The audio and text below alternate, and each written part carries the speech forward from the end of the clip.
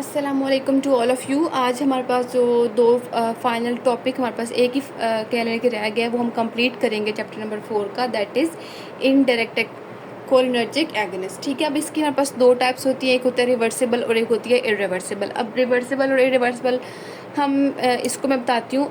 देखें, जब हमने पढ़ा था कि थोड़ा सा अपना नॉलेज बैक रिवाइज करें कि हमने पढ़ा था कि सिनेप्टिक क्लेफ्ट में हमारे पास एसिटाइलकोलिन जब पोस्ट सिनेप्टिक रिसेप्टर से जाके पोस्ट रिसेप्टर से जाके बाइंड करती थी, ठीक है, तो वहाँ पे हमारे पास एसिटाइलकोलिनेस्टरेज एंजाइम मौजूद होता था जो कि एसिटाइलकोलिन की ब्रेक डाउन करता था एसीटेट और कोलिन में। ये आपको बात याद होगी। तो रिवर्सिबल का मतलब क्या होगा इसमें कि ये जो होंगे ना, ये एसिटाइलकोलिन की ब्रेक डाउन नहीं होने देते।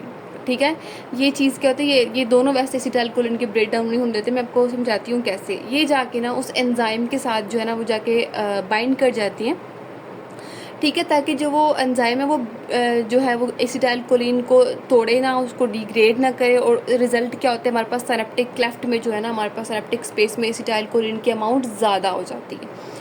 सही है। तो रिवर्सिबल का क्या मतलब होगा कि ये जाके उस एंजाइम से जाके बाइंड करेगी, लेकिन रिवर्सिबल मतलब क्या है कि वो दोबारा से ये डिटैच हो जाते हैं वहाँ से। और जो इरिवर्सिबल है ये वहाँ जाके डिटैच नहीं होते, यानी कि ये कोवेलेंट बॉन्ड बना लेते हैं वहाँ पर। ठीक है, तो ये मैं आपको आगे समझाती हूँ। आई होप रिवर्सिबल इरिवर्सिबल की समझ आ गई होगी।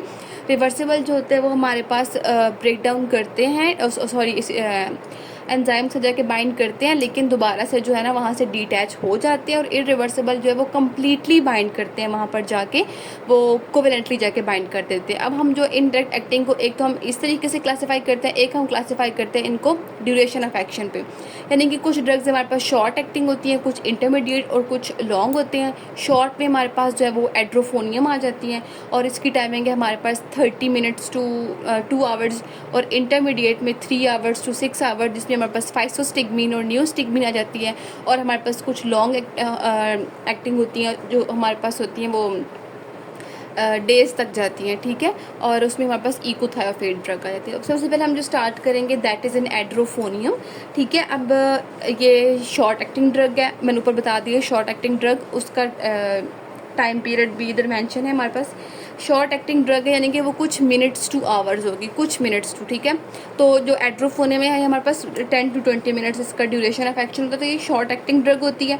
ठीक है, उसके बाद हमारे पास ये एड्रोफोनियम ने क्या करना है, ये आप डायग्रामेटिकली चेक करें हमारे पास कि देखिए यहाँ पर जो है ना वो एसिटाइल कोलिन ब्रेक डाउन हो रहा था एसीटेट और कोलिन में। ठीक है, तो यहाँ पे जो एंजाइम मौजूद था वो एसिटाइलकोलिन की ब्रेक डाउन करता। ये जो ड्रग्स मैं आपको भी पढ़ाऊंगी ना, जितनी भी पढ़ाऊंगी, उन सब ने क्या करना है, यहाँ पर जाके उस एंजाइम को क्या करना है कि एसिटाइलकोलिन के ब्रेक डाउन से उसको मना करना, ताकि एसिटाइलकोलिन इधर इसकी यहाँ पर ज़्यादा हो जाए, both for the muscarinic and nicotinic receptors के लिए। ठीक है, तो आई होप अब ये चारों ड्रग्स ये मैं आपको पढ़ाऊंगी तो अब आप सबका मैकेनिज्म सेम ही है कि उन्होंने क्या करना है, एसिटाइलकोलिन की ब्रेक डाउन नहीं होने देती, यहाँ पर जो एंजाइम है उसको जाके बाइंड कर देती हैं, कुछ रिवर्सिबली कुछ इरिवर्सिबली। पहले हम रिवर्सिबल पढ़ रहे हैं, जिसमें सबसे पहले हमने ड्रग स्टार्ट किया दैट इज़ एन एड्रोफोनियम। तो ये देखिए लिखी हुई है।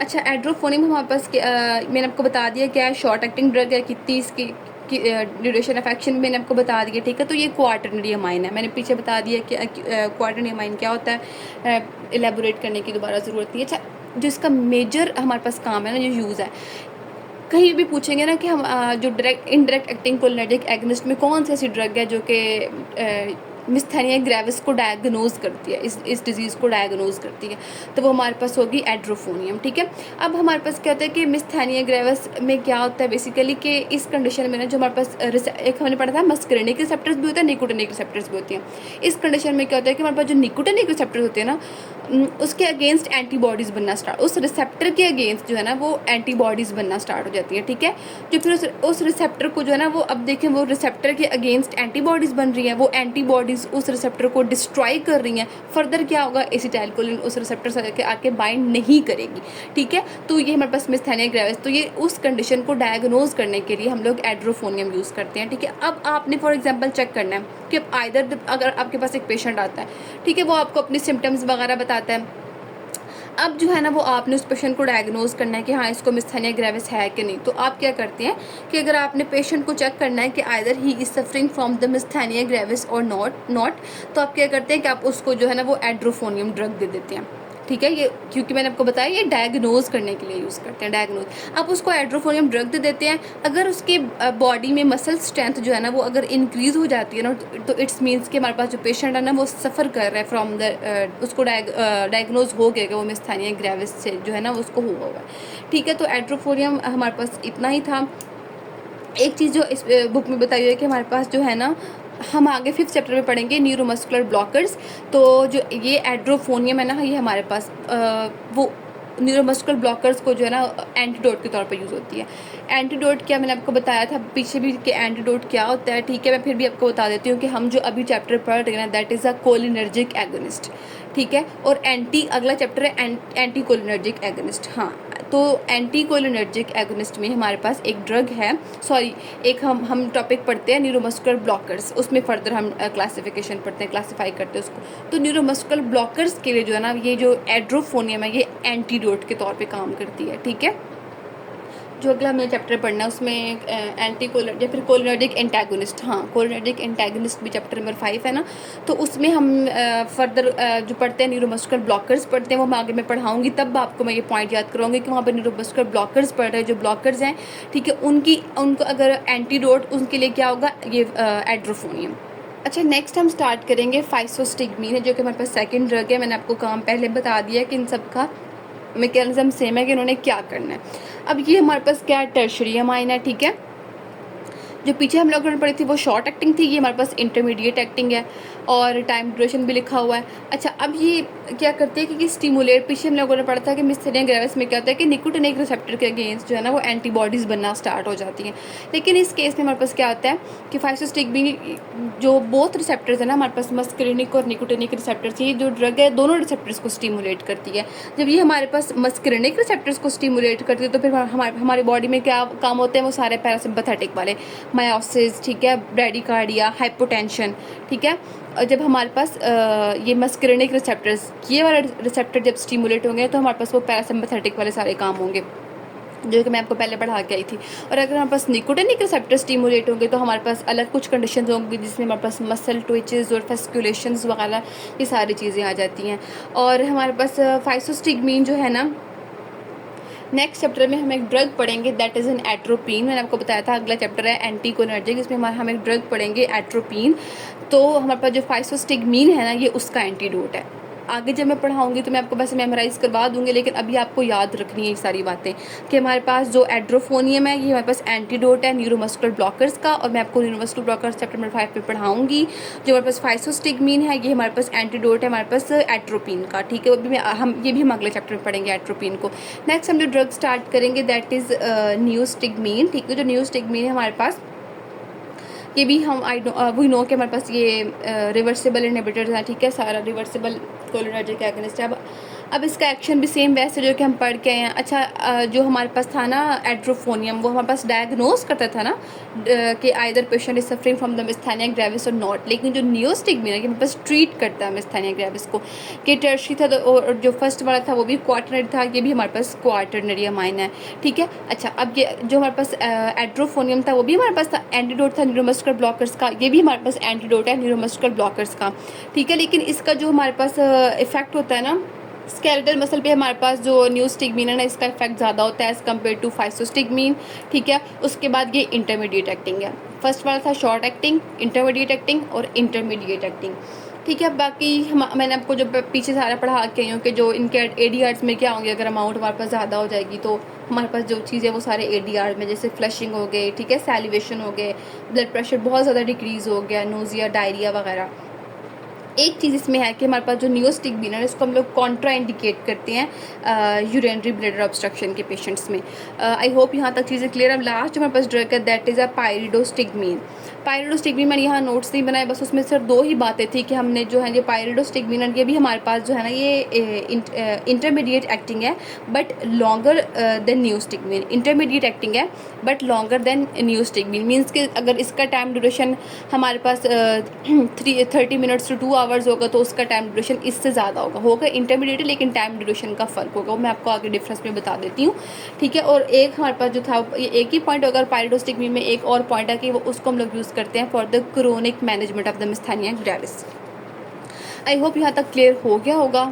बाकी ये देखें डिफरेंस वही है मैंने आपको जो बताया था अभी बता के ऊपर, शॉर्ट एक्टिंग, इंटरमीडिएट चारों में मैंने डिफरेंस लिखी।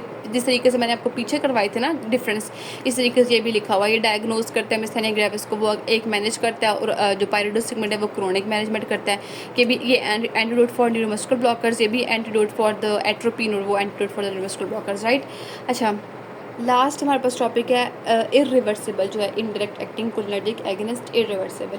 तो ना इसको मैं आपको यहाँ पहले मैं आपको बताऊँ कि इरिवर्सिबल मैंने बता दिया था क्या, कि कोवेलेंटली जाके उस एंजाइम से जाके बाइंड कर देगी जिसने एसिटाइल कोलिन को ब्रेक डाउन करना था। तो इट्स मीन्स कि जब वो कोवेलेंटली बाइंड कर जाएगी, यानी कि अब तो वो वापस जो है वो वहाँ से डिटैच नहीं होगी, तो इट्स मीन्स कि एसिटाइल कोलिन के अमाउंट साइनेप्टिक लेफ्ट में बहुत ज़्यादा हो जाएगी, ठीक है।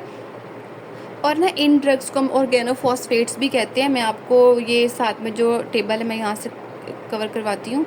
Okay, I hope it's visible. अब मैंने आपको बताया था कि ये कम्प्लीटली जाके एंजाइम से जाके बाइंड करते हैं और फिर उनको जो है ना वो इनएक्टिव कर देते हैं ताकि वो एसिटाइलकोलिन को ब्रेक डाउन ना करें। कोवेलेंटली बाइंड करते हैं तो थोड़ा एक मैकेनिज्म के थ्रू कर देते हैं, वो भी देख लेते हैं कैसे।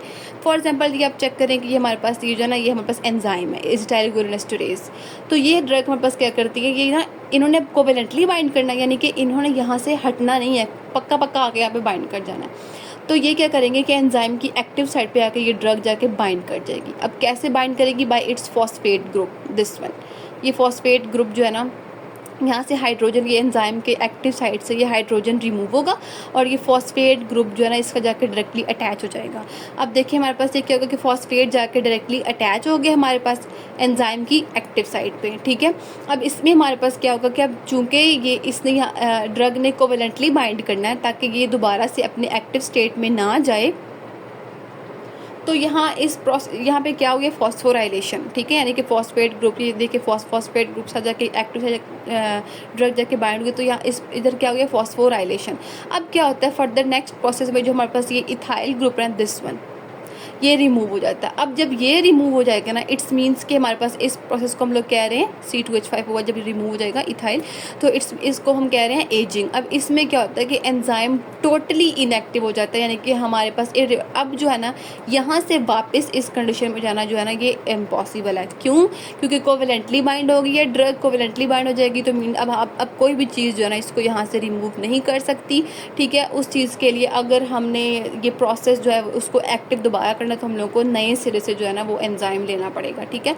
अब इस प्रोसेस में दोबारा वापस जाने की कोई भी स्टेट बाकी नहीं रही। एक चीज़ जो हम इसके एक्शंस में देख लेंगे, ये चीज़ आपने याद रखनी है कि ये इसके एक्शन में हमारे पास क्या होता है कि ये ब्रीदिंग डिफ़िकल्टीज़ भी जो है ये कॉज कर सकता है, कन्वर्जेंस भी, ठीक है, इंटेंस मायोसिस भी। और जो इसका थेरेप्यूटिक यूज़ है इसको हम लोग यूज़ करते हैं in the treatment of an open I glaucoma के ट्रीटमेंट में हम लोग उसको यूज़ करते हैं। और यहाँ पर हमारा चैप्टर कंप्लीट हो गया।